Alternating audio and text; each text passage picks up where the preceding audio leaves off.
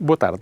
O meu nome é Tito Vieira e hoje venho falar-lhes da Jornada de Transformação Digital que o CEGER desenvolveu no período 2018-2021. Bom, esta apresentação está organizada em 3 grandes blocos, uma parte de enquadramento, seguidamente um aspecto sobre o que nós desenvolvemos e então terminarei com alguns resultados obtidos. Em termos de enquadramento, o Centro de Gestão da Rede Informática do Governo essencialmente faz 2 coisas principais. Uma delas é gerir a rede informática do Governo e o ciberespaço de domínio gov.pt. E a segunda área é uma área que tem a ver com a certificação eletrónica do Estado, onde aí nós fazemos a gestão da rede do Estado e também da entidade certificadora comum do Estado. Bom, em 2017, quando planeávamos o período 2018-2021, desenvolvemos um processo de reflexão sobre o que seria a nossa estratégia para o organismo e, nessa altura, elencamos a transformação digital como algo que nos devia levar mais longe. E, por conseguinte, depois de refletir várias dimensões do trabalho, concluímos que as nossas orientações estratégicas deviam apontar para estes 5 eixos. Essencialmente, um ligado com as infraestruturas e modernizá-las. 1.2, centrarmos na certificação eletrónica do Estado e, em particular, na entidade certificadora comum para tentar transformá-la. Um outro aspecto de transformar digitalmente vários dos sistemas de informação que tínhamos entre portas e depois um outro aspecto ligado com as condições de trabalho dos nossos trabalhadores no organismo e com um último objetivo estratégico de reforçar os mecanismos de governação. Bom, este trabalho foi densificado, a proposta ganhou vida e essa proposta foi depois, mais tarde, submetida à nossa tutela, que a aprovou. Com essa aprovação, avançamos para a concretização.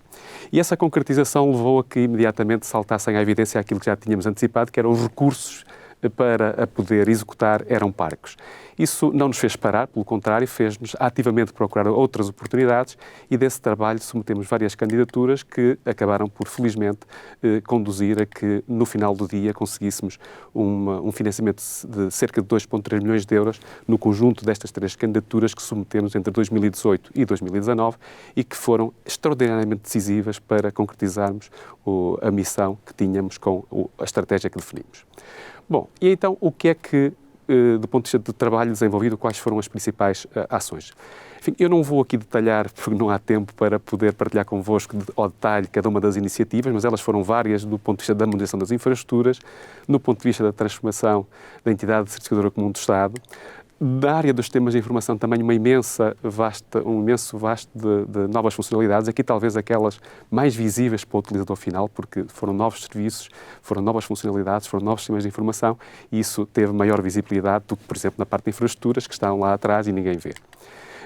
No que tem a ver com as condições de operação do CEGER, nós fizemos também um conjunto alargado de importantes medidas no sentido deste processo de incremento do digital e, claro, no topo de tudo isto, o reforço dos mecanismos de governação das TIC no seu todo, no que tem a ver com o CEGER. Globalmente, o que esta imagem mostra bem é que, ao longo destes 3 anos, nós houve anos mais focados na transformação digital, por exemplo, 2019, outros anos em que temos mais, focados na parte das infraestruturas, mas globalmente foi este o desenvolvimento.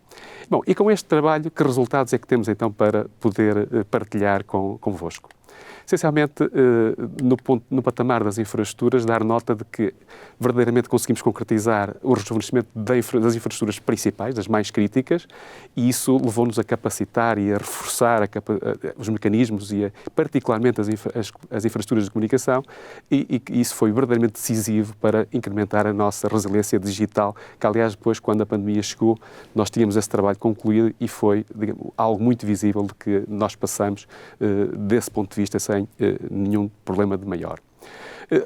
Salientar também o aspecto de que, no que tem a ver, por exemplo, com data centers, nós deixamos de apostar em data centers e preferimos substituir essa aposta em parcerias com outros stakeholders que nos possam estar melhor preparados que nós para fazer esse serviço e nós centramos no que é verdadeiramente importante para o organismo. No tema dos sistemas de informação, como já disse, talvez o mais visível, porque muitos novos serviços foram publicados.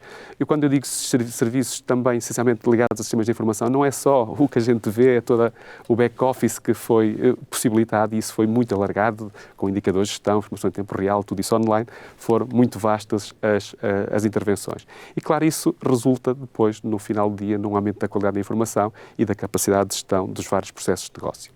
A título de exemplo, trago aqui algo que o ano passado, por esta altura, nos IDCs Digital Awards foi valorizado, que foi a interpelado documental, que depois de um trabalho no âmbito do projeto Interop for All, mais tarde com o CETIC, conseguimos colocar na administração pública um serviço de interpelado documental com estes parceiros e que continua a crescer a sua utilização, o que é ótimo ver.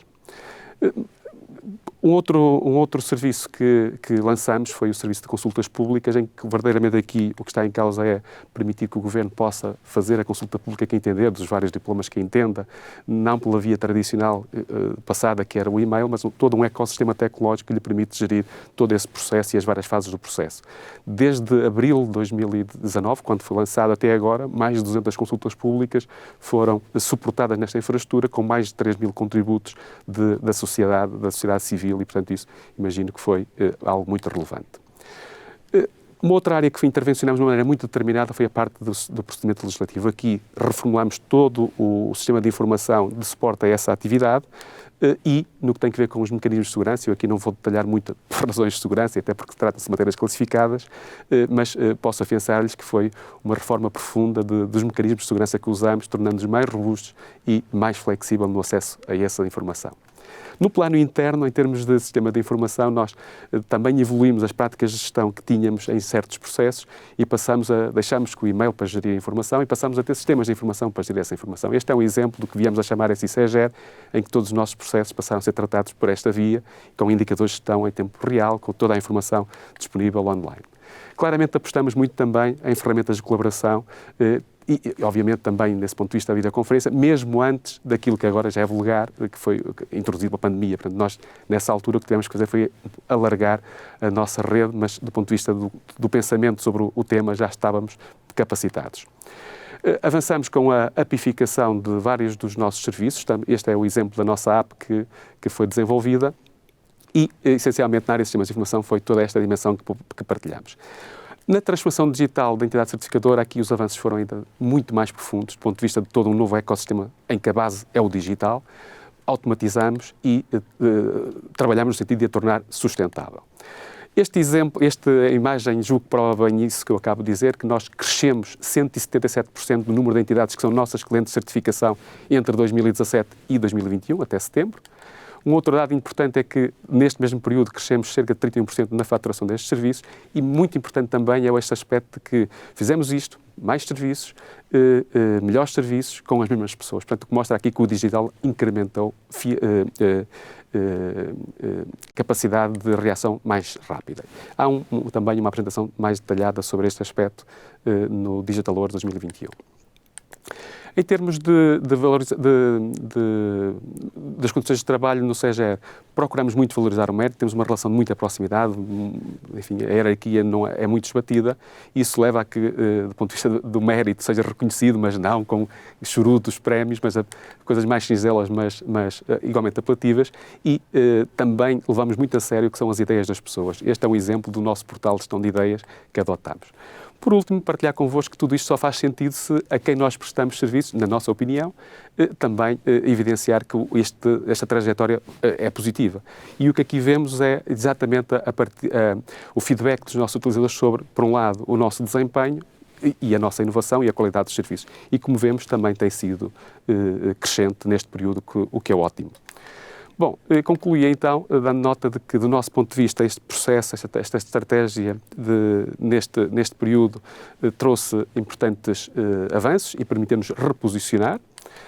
Um aspecto que para nós é verdadeiramente decisivo e que parece muito evidente, mas que é importante salientar, é que esta jornada de transformação digital, a nosso ver, foi uma incubadora de relevantes serviços de base digital. Citei aqui ao longo desta apresentação alguns deles, por falta de tempo não todos, mas há aqui, evidentemente, houve aqui um espaço em que essas ideias emergiram e foram prosseguidas.